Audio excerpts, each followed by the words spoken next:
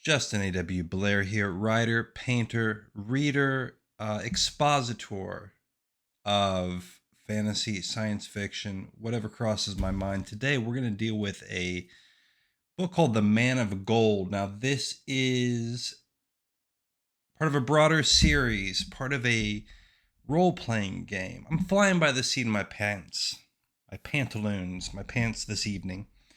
It's 4:30 in the morning here at the hacienda, the compound, the whatever you want to call it. The Justin A.W. Blair unofficial fan club and the official fan club. Both. I run both operations simultaneously. What's this old boy's name? M.A.R. Barker. Now, I'm going to direct you to the Wikipedia page to deal with the man, the myth, the biography, the controversies, all that stuff. And I'm going to deal solely with this book. I'm going to tell you first off, how did I fall upon this book? I don't like long commercials in the middle of a YouTube video, so I'll get to the point quick. My own novel written by me, Justin A.W. Blair, entitled The Haunt on the Island of Esmer, is out, available on Amazon. You can buy it in ebook or paperback format. It is inspired by Malazan, A Song of Ice and Fire, and The Black Company. Epic novels in that vein. Take a moment, check it out. As some of you will know, I was at a library sale. I picked up a bunch of old paperbacks from the 80s, early 90s. You can see my review for Game Earth, Tau Toast by Bruce, a plethora of other reviews of some of these paperbacks I picked up. And I read this, picked this up because I love the cover. Love the old school covers of the fantasy. I had never heard of him. Who's M.A.R. Barker? M.A.R. Barker. I don't know. It's 50 cents. I'm going to try it out. Bundled all those books up in my arms, my brawny arms, carted them off to the vehicle. I started reading. I read this about a month ago. I've let it sit. Let it sit on my desk. I've let it sit in my mind. I've thought about it, considered it.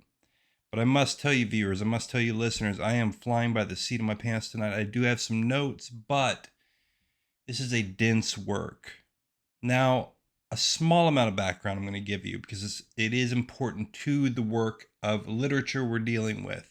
This is based on a role-playing game, a tabletop role-playing game, which apparently this author started developing the world for since he was 10 years old. He's dead, by the way. The role-playing game still exists, I guess. I am not a connoisseur of the tabletop role-playing game arts. I don't know that much. I have seen a Dungeons & Dragons game take place. That's about it. I'm no dungeon master. So, what is interesting though, and I'm going off the top of my head, again, read the Wikipedia page if you'd like to know a little bit more about M.A.R. Barker. He developed this world, he developed this game, and he did it very early on. This was in, I think, 1974, 1975. He sold it to the same company which released Dungeons & Dragons. And my understanding is, and I'm sure many of you, some of you, will know all the lore about the development of Dungeons & Dragons. I do not claim to have knowledge about that in depth, but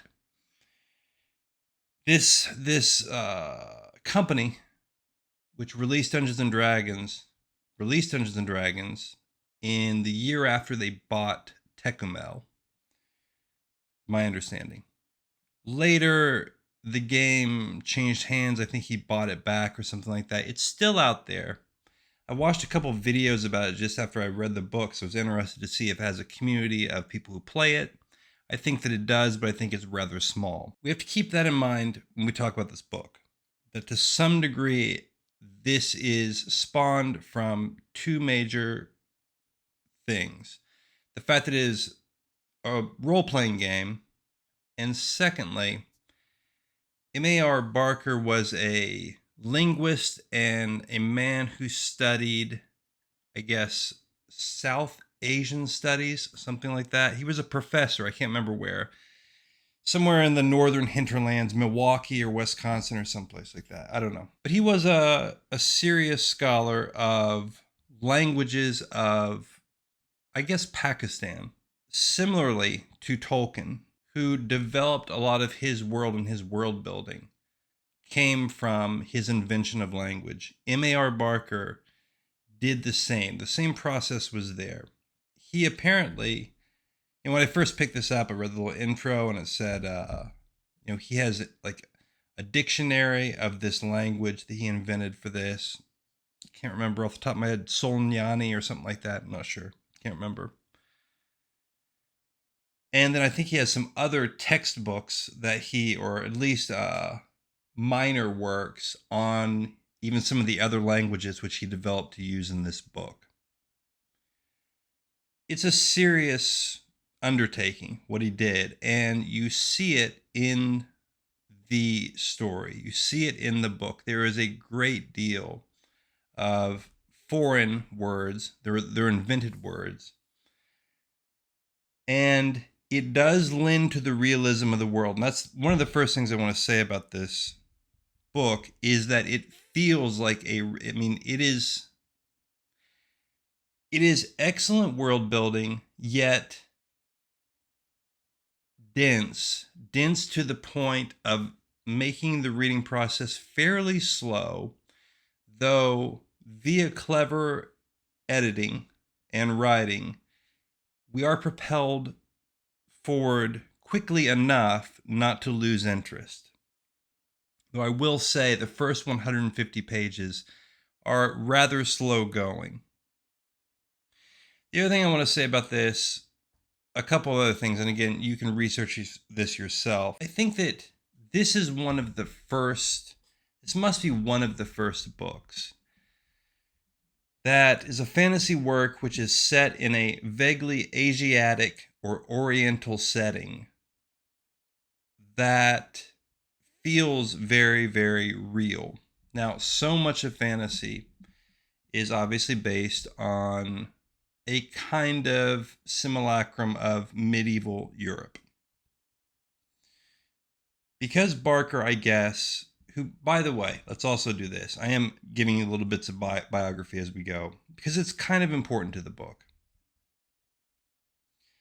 M.A.R. Barker, I don't think was his Christian name, his given name. Barker might have been, I guess. But he went to India, I guess, went to the Taj Mahal and had a religious experience. I guess at the Taj Mahal. I didn't know that was a mosque. I guess it is. I'm not sure. Anyway, he heard some Islamic prayer service and was overwhelmed, had a religious experience, converted to Islam. I think he married a woman from Pakistan or India also. Not sure. The final thing about his biography, which is controversial, is apparently later it came out after he died that he was the editor of a far-right magazine or journal or something, and that he wrote a book. I guess this was in the 90s or something, but it didn't come out till later. He wrote a book about space Nazis or something. I'm not really sure. And I didn't know about that when I was reading it, because I went and looked up the Wikipedia stuff after. I try not to do too much research on an author I don't know anything about until I've started to read the work. But I don't know, halfway through or something, I read the Wikipedia thing. So there's a lot of stuff going on with Barker. It's like a white guy from somewhere in the north, I think, goes to India, converts to Islam, writes a huge fantasy series, invents languages, controversy ensues, but not really, because that comes to light after his death. So certainly an interesting find. Now, I will say this. Am I a huge Tekumel fan? Am I a big fan of the, what is it called now? The Empire of the Petal Throne? Hasn't won me over yet, entirely. However, the end of the book, the final page I read, and I did order the second book in the series from eBay. It's sitting in a pile. It's a disaster in here, I'll tell you that right now. Absolute disaster. Piles of books stacked everywhere. Trying to sell books, trying to read books, trying to organize books. It's crazy here at the Hacienda at 4:30 in the morning, which is my night tonight. Stay with me, people. I am interested enough in this series to buy the second book. We'll see. Now, there's something, and I'm not going to give away much of the plot in this, actually, because for those who want to check it out, I don't want to do that. Though I will say, I mean, It's the first book, and I think a 6 or 7 book series, so I don't think that you can really give that much away. The main issue we have here is this guy invented a language, several languages, and that's not so much the problem. The problem is that there is a great deal of proper nouns throughout, and there's no real reference to what anything is. There's all these different cults, these different religions. More importantly, what this book does is something I usually shy away from in fantasy. And I had a bit of a sense because from the cover, this old boy here, the man of gold, ostensibly, I'm going to assume the man of gold, he looks a little sci-fi, doesn't he? Doesn't exactly look fantasy. He looks a little sci-fi. And then, we got this guy here, and he's in a robe, a rather jaundiced robe, and he looks a little bit like Luke Skywalker, but he's got no shoes and he's holding an orb. What's going on? I said to myself when I bought this. There is a type of fantasy where we have not just humans or humanoids, but we have sentient creatures which fall outside of the usual envelope of, let's say, European mythology, or in this case, even Asian mythology. And that is usually, almost always, usually a sign that you're dealing with a hybrid fantasy sci-fi book. In other words, a kind of, I don't know if a Lost World, not Lost World, Lost Earth. Oh God, it's late, people. I don't have my tea here. Jack Vance. The idea of a world which has now fallen back into a medieval state, but it used to be a world of high technology, and now all that is lost, but can be reclaimed. When you find a book that has sentient, non-humanoid creatures that aren't basically dwarves or talking dragons or elves, more or less, you have in here something that looks kind of like they're like praying mantis type looking people, but they're smart. They have psychic abilities, all kinds of stuff. That's a hint that you are maybe dealing with a hybrid fantasy sci-fi book. Now, for the most part, this is full-on fantasy, though there are a few things I have a feeling throughout the series, if I continue on with it, I'll find more science fiction elements. But the premise of this is there's a relatively lowly scribe, a man with no name. He gets caught up in the search for the man of gold, which is some sort of awesome weapon. Now, again, I'm not going to give you any of the details, but along the way, he finds a beautiful girl from a supposedly high-status family who falls in love with him. There are some basic fantasy tropes, genre tropes, which you would find in other fantasies. It's all done smoothly, done really well. I didn't find a great deal of emotional resonance with the main character or really any of the characters, and there is something cold about the book, which Tolkien overcomes. So again, I do vaguely want to parallel those two people simply because the authors, their works arose from linguistics to some degree. And I know Tolkien in his letters is very adamant about this, that his world was created out of the language. There is something I want to say about this, something that this does really, really well. And I wonder if it's not based on the fact that this was a role-playing game. It has some of the most excellent dungeon settings. And what I mean by dungeon is underground, subterranean, labyrinthine, I'll say it out loud, labyrinthine tunnels, settings for our characters to explore, and for us to explore through the characters. It's done really, really well. Really enjoyed it. There's also a setting for a particular cult that is something many of us will recognize from fantasy, a kind of cult of the dead or the undead, a cult, a death cult, and it's horrifying, written really well, engaging. One of the not main characters, but relatively important characters who heads that up. Done really well, kept me moving through the book, a book which is dense. He did something good here. He wrote a very dense book, prose wise. It's not particularly difficult to read, but again, it's just not even peppered. What is more than peppered?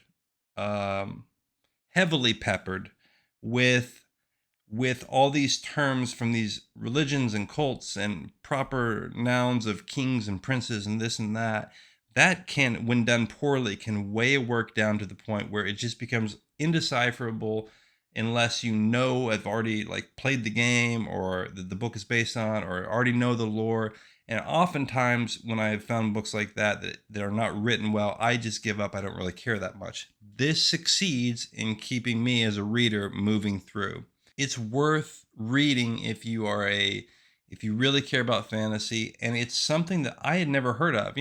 I mean, I don't know every fantasy author. I'm learning things new all the time, but I would have assumed I would have at least heard of this. I had never heard of it.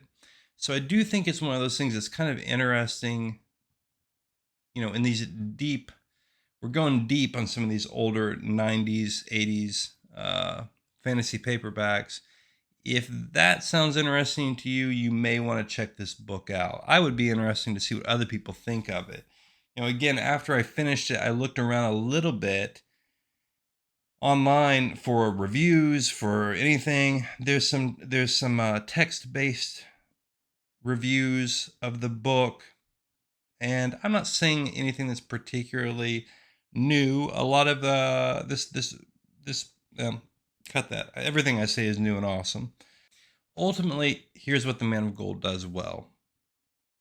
It is burdened down. It carries a heavy burden of all this lore, of a vocabulary, which obviously you're not going to know unless you, for some reason, study this invented language. It's burdened down, but the action is fast paced, just fast paced enough. The adventure, the underlying adventure, the dungeon crawling, all of that is done well enough to move you through the book. That's an accomplishment. It's a real accomplishment to actually be able to balance out that much lore in a book, in a novel, and make you want and make a reader still want to move through it. So that's why I think The Man of Gold is an accomplishment. I'm not sure. It'll be a bit before I engage with the second book. It'll happen. Stay tuned. Stay here on the channel. Check it out. What do you think about The Man of Gold? Some people call me the Man of Gold, but very few do. Every now and then, comes up. M.A.R. Barker, The Man of Gold.